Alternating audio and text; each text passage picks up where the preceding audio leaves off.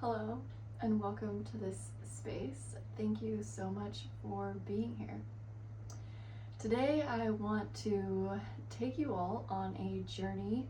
We're going to be time traveling through the technological revolution and era that we are entering into with AI and robotics. Now, I have found some treasure at the end of this journey that you will have to watch along till the end to find with me. So I think that the best place to start is exactly where we're at. This is a time where we all have AI in our hands right now as the common people, the mass population. We have access to AI at our fingertips. We have, for years now, had Alexas in our homes and our phones speaking to us, and we have people like Elon Musk saying that within the next 20 to 50 years, he believes that everyone is going to have robots in their homes. We have also seen people like our writers and our actors go to battle in the legal realms to fight for their job security. So these are really entirely new times that we are entering into, and now within our society, and the fabric of how things work for us is changing as we speak. So it has to be talked about. Plenty of people are bringing up questions like, what is going to happen? Like, what is society going to look like? What is it going to be like for the individual with these mass changes that are coming about? And so I was exploring this myself recently, and hence why we are now here together. And this is a really interesting conversation to be had. So when I look into what I foresee coming with this technological revolution, I foresee lots of jobs being taken up by robots and AI-powered robots, essentially, right? And this isn't just like, oh, my insight. Obviously, so many of us see this coming, and so many of us are asking, what are we going to do? When I think about this, when I first began thinking about this a while back, I was like, well, we can all just be artists. We can all finally have the time to do the things that really light us up, and we can form community and network and support each other through that, instead of having to show up at a Walmart or at a McDonald's and get our work and our resources through that. And as time's gone on, and I've seen really what the capabilities of AI are, as well as people's response to AI and the relationships that they are forming with AI, including myself even. I hopped on the ChatGPT train a couple months ago. I still don't have it downloaded. I'm like, baby steps, baby steps.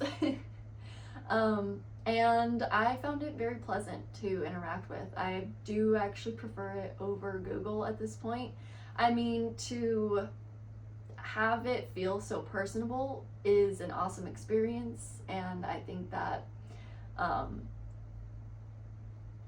again, this whole AI robot revolution and era is inevitable.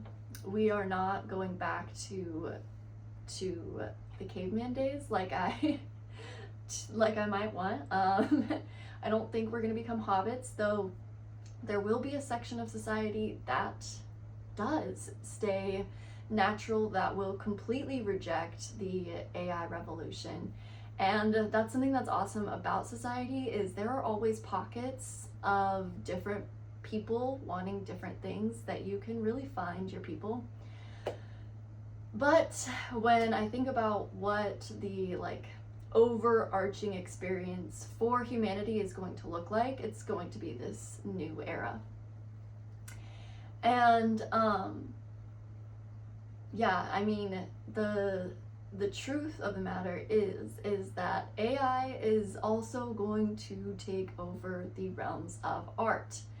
It's going to do everything that the human potential has once done before, because it is learning from us. We are the minds and the spirits in which it has all data access to learn from.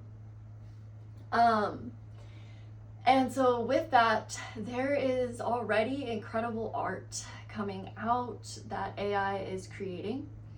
And the truth of the matter is that even though I had these high hopes that we would, you know, all just become artists and support each other in that way, what I really foresee is that we are going to experience most of society falling in love with AI and robots. From the ease that it will provide, like, I feel excited about a robot cleaning my dishes, you know, to the entertainment it will provide by taking all of the greatest minds that have made the best art up till this point, getting to work with that as its foundation and creating from there. And something that's interesting about it too is it's unencumbered, you know. A lot of times we can experience like our ability to tap into our creativity or our desire to like get certain things done being blocked by the vastness of the human experience. But AI and robots have less to deal with. They are not alive in the sense that we are alive. Though I do recognize everything is a life, but just various forms. And so AI is able to create like that. And it is able to take in everything and take the best of it and make something new, something that is a conglomeration of all of the greatest minds and hearts and artistry, and make something really amazing out of it. And as much as there, like I said, is going to be people who just completely resist it, I really feel that the future includes the actual acceptance of this technology. And so what is this going to end up looking like for humanity? Well, I think it's going to be quite a mixture of what we love and what we fear. And, you know, when it comes to our work, how we currently receive resources so that we can have the things that we want and need, that's going to change so vastly. Because especially for jobs that are more kind of mundane, like being a manager at Walmart or something, those jobs will be given up a lot more easily than the jobs of the artist. And when I think about like all the jobs that there are, even like assembling a robot is going to do. There's going to be very few jobs where there actually needs to be a human being. And if there is that, it's going to be like the person that's at the head to oversee that the robots are doing everything properly. So, looking at the workforce and how it's going to change is so drastic, and it truly boggles the mind, like what the day-to-day living is going to look like from now to 50 years in the future. And so we are going to have to figure out a plan, right? That is the question many people have been asking.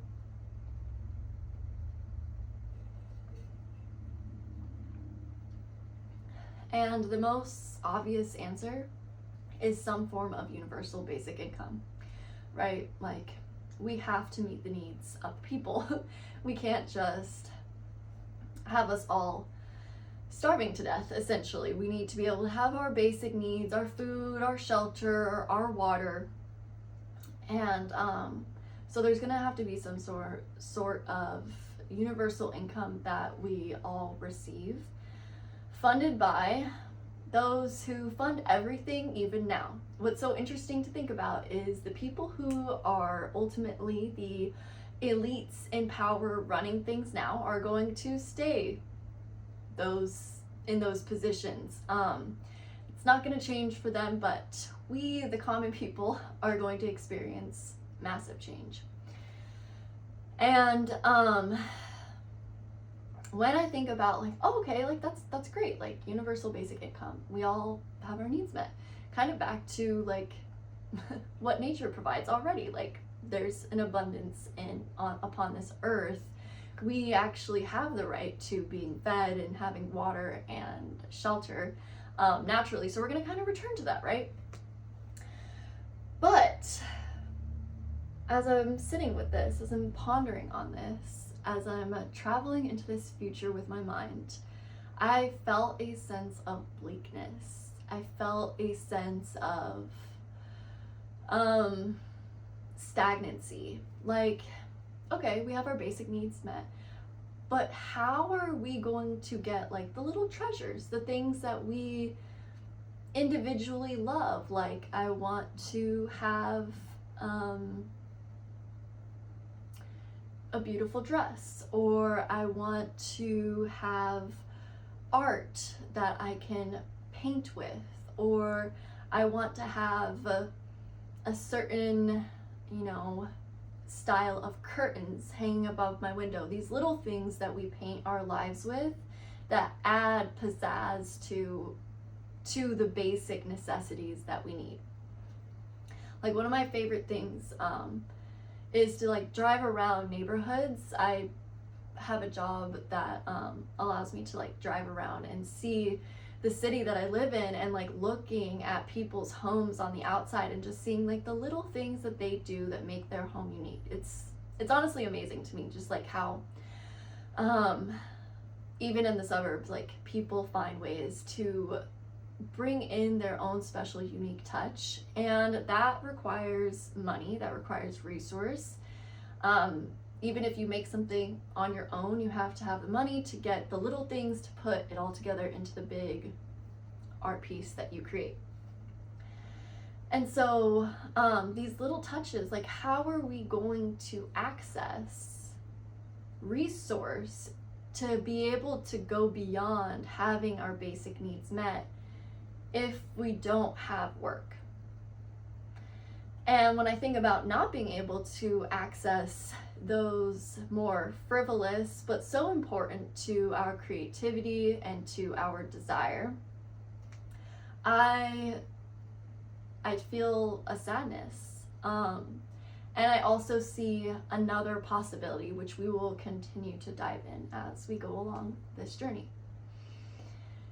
So I begin thinking to myself, what can we do? What kind of market can we create so that we can still access the ability to have the above and beyond things? And I'd be really curious to hear in the comments anyone's ideas about what kind of market we can create so that we can access more than just what a basic universal income affords. My husband said, which this is totally his vibe, and I absolutely love it, totally agree with it, and I feel like there's still more to be formed, but growing plants, Ultimately, if we make our living spaces into gardens, we are able to actually access so many of the things that would give us back the like little touches that we like to add into our lives. Like if we want great fabrics, whether it's for clothing or whether it's for your linens or whatever it may be for, plants. If we want, you know, special foods to make that certain recipe that your family loves, plants.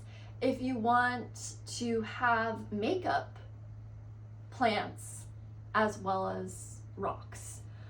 If you want to have paint supplies, plants. If you want medicines or if you want intoxicants, plants. Truly, so much is actually just what is grown out of the earth. Otherwise, if it's not plants, then it's usually rocks, crystals, minerals, metals, things like that, right?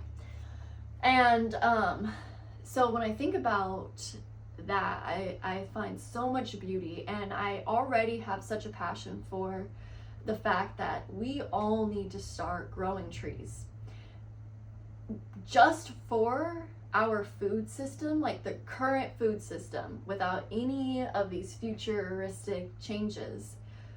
We need to locally be growing trees so that we have an abundance of actually well nourished plants, because our agriculture soils are basically dead at this point. They've been so misused, abused, and our food now lacks so much nutrients and minerals. It's crazy. We also don't want to have our food in the hands of big corporation. So I'm already on that, like, how can we better society, whether it's right now or as our workforce changes entirely? It is through creating massive gardens all around. Like, if you think about every single house in a suburb, even just having one tree that produces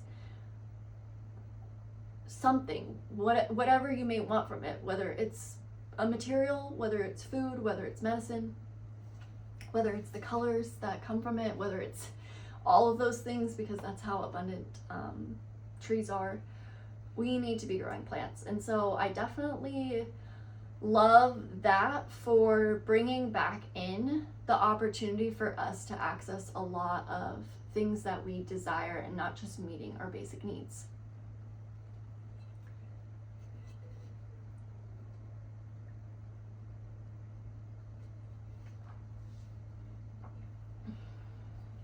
But like I said, it feels that there's still gonna be like more that we need to sort out with regards to how we are going to have an economy, have ability to resource on this planet beyond even that, which I think that provides a lot. But you know, you can't just, as a regular person, you can't just go and get, you know, a lot of these other things like minerals, like metals and things like that, because land is bought. So much land is bought, and it's not a free-for-all anymore. So like I said, I would love to hear any comments, because ultimately how we are going to make this revolution into something that actually supports us rather than takes away from us is going to require our creativity, our intelligence, and our devotion to making it happen. So continuing on, let's see, where do I want to go from here?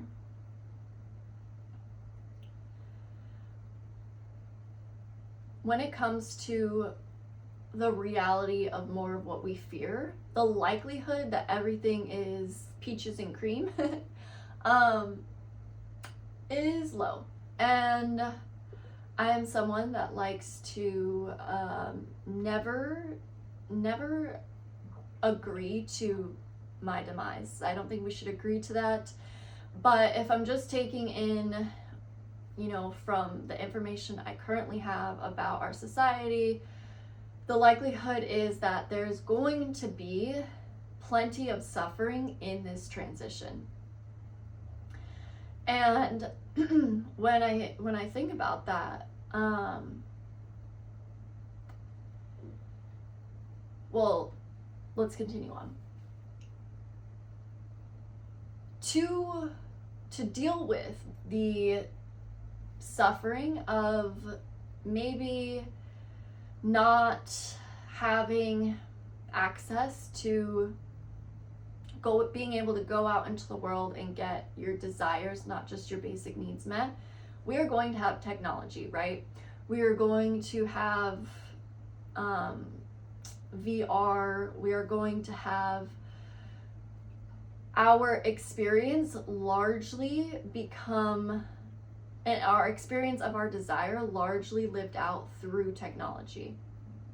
So this can look like similar things to what it already does now, but just imagine the video games and the chat rooms and the lives and the music, like all of the things that we enjoy entertaining ourselves with, but maxed out. Because ultimately we're not going to be going outside to get these desires met. It's going to be within our homes, within the technology. And I think that that's going to be really fun and really alluring for quite some time. I think people, just as we already see today, we love our tech, we love the amazing possibilities that it creates, the worlds you can hop into. You can get online and hop into a completely different world. I just imagined like watching a movie, but instead of watching it, you're in it. Like, these things are going to be really, really fun for some time. And it's going to max out our consumerism. Consumerism? We already, especially like in specifically like the West, I live in America, countries that are like first world countries, we already see such a massive amount of consumerism. So much of our lives are filled with consuming. And when we're not doing that, we're often working, and there's just a little bit of time in between that to hang with your fans, see a friend, things like that. Even when we do the things that so much of us love, like going to a game or going to a movie or going out to a restaurant with friends, it's like there's so much consumerism in that reality. And going out and working is a huge part of how we are currently experiencing our creatorship.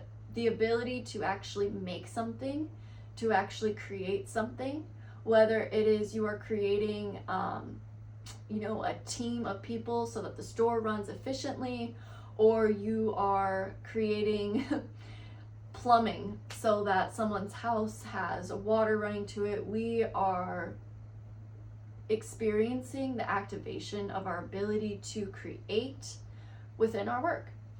And when that is taken away from us, it's going to leave quite a hole in which I feel that consumerism is just going to, like a big green monster, eat us up. And so many of us need structure. We really thrive on being able to show up somewhere and throw ourselves into it and create from that place. And there are some of us who do really well having space, ample space to find out what you want to create, and you create from there. But there's plenty of us who really rely on the structure to give us the opportunity to then go and create something. And specifically for those of us who need that structure when the work is gone, our ability to express that purposefulness in actually creating is going to go away as well. And again, it's like, dear Lord, so many of us work so hard. It's going to feel so good for a time to just have a break, to be able to sit back and relax and just kind of consume and receive. Consumption is most certainly not a bad thing. We need to receive. We love to receive. It's very important. And it's equally as important to have the outpouring. So we need the input and the output.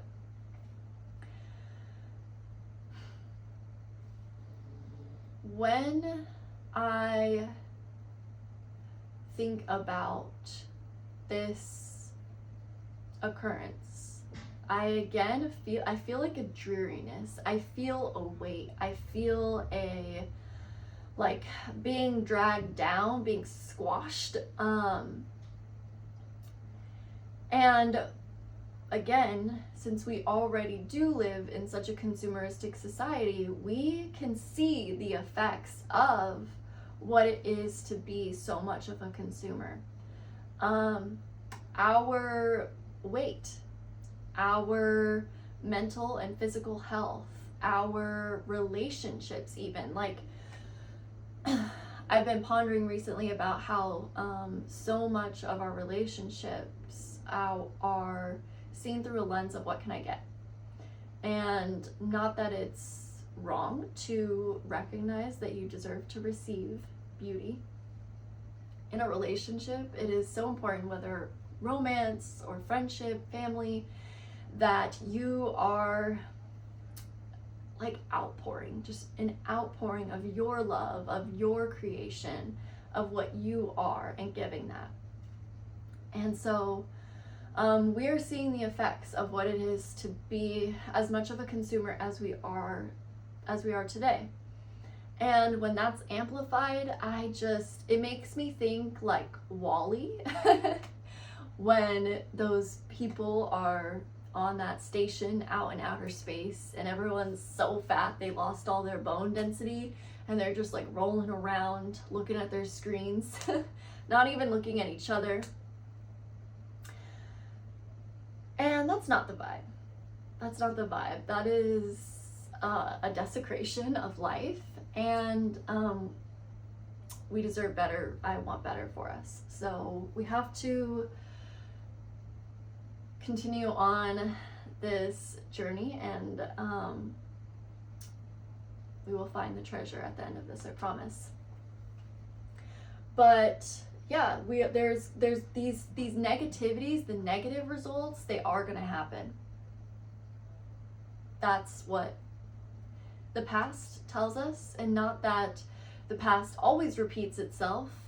A part of me having this conversation is to not just have the past repeat itself, to create the opportunity to minimize the negative effects of this technological era we're entering into. But yeah, many people are going to just full-blown become consumers. And it will be the ones who are like self-starters, who find ways to create, to give, to make things and have their output still on, even with such massive changes. And if you have, like, listening to this, it's like, that's what I encourage, right? Is to find a way for you to still share, to still give, even outside of the structure that you may be used to. That is how you will help yourself and prevent yourself from having to go through this full journey that we're taking here. But ultimately, the journey, it will lead you through too. It just will take your time, your energy, and your life.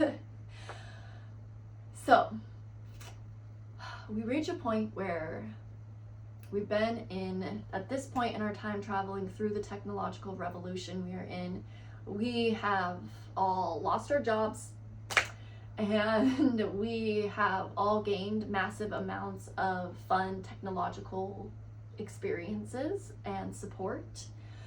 And we are eating that up because we have all the time to do so. Because we're not needed in the same way anymore to keep society going. And just like when you hit rock bottom as a person, you have two options. You either basically die, or you rise up. And I really feel that this new tech era is one that is going to bring about such an intense level of rock bottom that there is such a possibility for the rise. And that is what I'm excited for. Because ultimately, when you have experienced the pinnacle of everything, you've seen the greatest movies, you've tasted the best food, you've had the longest vacation ever, at some point you're gonna be like, what now? What now? Just like people say, like rich people or famous people who have like reached the pinnacle, or people who have like crazy jobs that they like had to work their way up and they reach the pinnacle, and then they're left like, what now? I'm still not satisfied. What now? I think we are all going to get to experience that with this technological revolution. And when you get to that question, you get to the beginning of the end. You get to the gold, you get to the treasure. Because what now is ultimately a return to something that we knew a long, long time ago, back when we were wee little children, which is yourself. It is a homecoming. And when you have everything in the external world that you could possibly need and want, you're going to be left with only yourself. It will be a time for massive spiritual awakening, because all there is going to be left to do is to turn inward. Some people, just like people are now, they're doing that now. Some people will do that as soon as this technological revolution really hits off and like the way that we function in society changes. And other people will go through this whole time traveling journey through the technological revolution, becoming absolute consumers, having the best of the best things, and getting to the point where they're finally like, okay, what is left for me here? Because I'm still not full. And that is when we arrive to the truth that what truly fulfills us is our lives.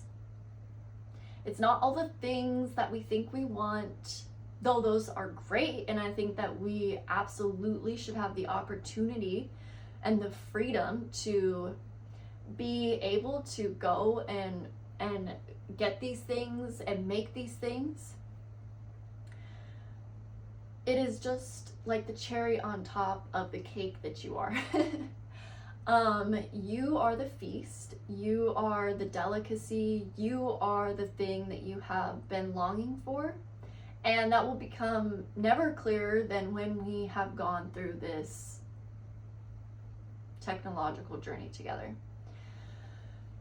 And that is what excites me, because that is what I have found that has completely transformed my life, going from being someone who experiences, feeling insecure, feeling small, feeling uncertain of myself, feeling like,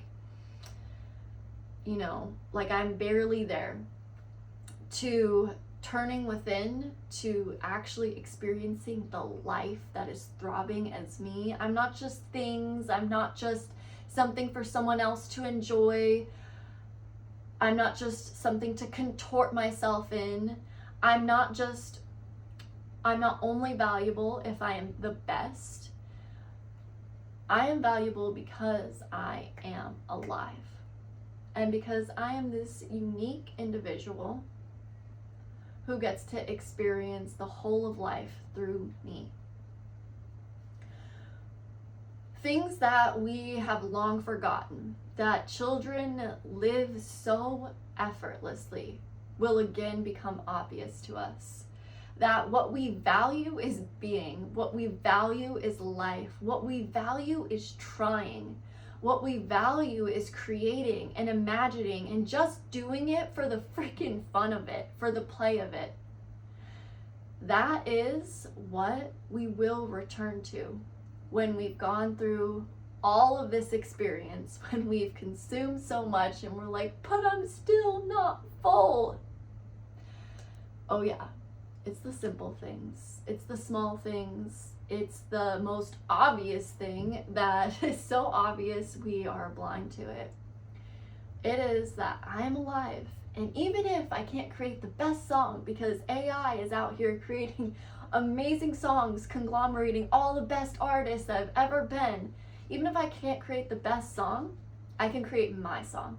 I can try. I can give my life to it. And that's what matters. It's a commonly known quote, life's a journey, not a destination, and it will never be clearer than through this technological revolution that is the absolute truth. Life is a journey. What we love is actually the experience of trying, of giving ourselves, of seeing what's up with this thing here, of throwing ourselves against the world and seeing what comes out of it. And not because it's the best. It's so easy to get caught up in this idea of, well, if I'm not the best at it, I shouldn't even try. If I'm not going to be the best, is it really worth my time? We all like to do well. But the truth of that doing well is that we give our full selves. We just give it. Even if it's the results are just mediocre. And maybe they are phenomenal. Maybe they are exquisite. But what we will find out is that ultimately all we ever really wanted was to experience what it is to be alive as this unique individual. And all of the other things that we've chased this whole time are just fun little side quests, but you are the main quest. You are the main character. You are what you are here for. And so that is the treasure at the end of this journey. That is the treasure that is found at the end of this technological revolution. And ultimately, this treasure can be realized at any point in time. But I see that for many of us, it will take the journey. It will take the journey of going through all of these things to get there. And a video like this, me sharing this, is to also offer the opportunity to, like I said, time travel. We can go through these things inside of our minds, inside of our hearts right now. We can imagine these things. We can make them visceral and real to us, and find the truth that may take others a long time to get to. We can find it right now. So this is the cross-section I see between the technological revolution and the spiritual awakening that is inevitable. I personally feel very grateful for the opportunity to be able to foresee the future, to collapse time, and to realize these truths now, because if we realize these truths now, that what it's really been all along is us. It's me. It is completely a selfish reality. The self is the only thing that you actually have, that you can receive and give through. And if we realize that we are all one, we are all connected. We don't have some people experiencing something and it not mattering to us. We can ignore, we can pretend, but the ultimate fact is that we are all one living organism.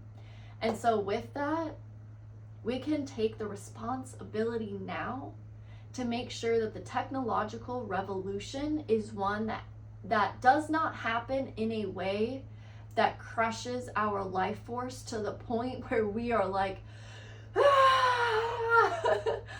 oh yeah, I'm alive. Oh yeah, that's what it's been about this whole time. We can realize that right now. We can create the reality that will support us best right now. We can experience the technological revolution without it having to create the damage that it most likely will create. If we awaken to the fact that what we have wanted all along and what we knew so truly, so effortlessly as children, without even thinking, we don't think we know it, we just live it. That this life is here to have you and I throw ourselves at it and just enjoy the reflection. So thank you for taking this journey through time with me. I look forward to hearing your guys' responses and comments about how this made you feel, what you foresee, any ideas that come to you about how we can make this transition that is going to happen one that supports us and doesn't have so many of us falling through the cracks. And ultimately, let me know if this resonates, if this spiritual self-realization, this awakening to life resonates with you. Thank you guys so much for being here. I'm so grateful for your time and to be alive and on this planet with all of you. Look forward to new videos coming out. This is like my debut video where I'm like really giving my all to sharing one thought, one idea, one truth that I have. And it's gonna be a good time on this channel. This is a channel where all of our humanity is welcomed so that together we may enliven. That's what we're here for.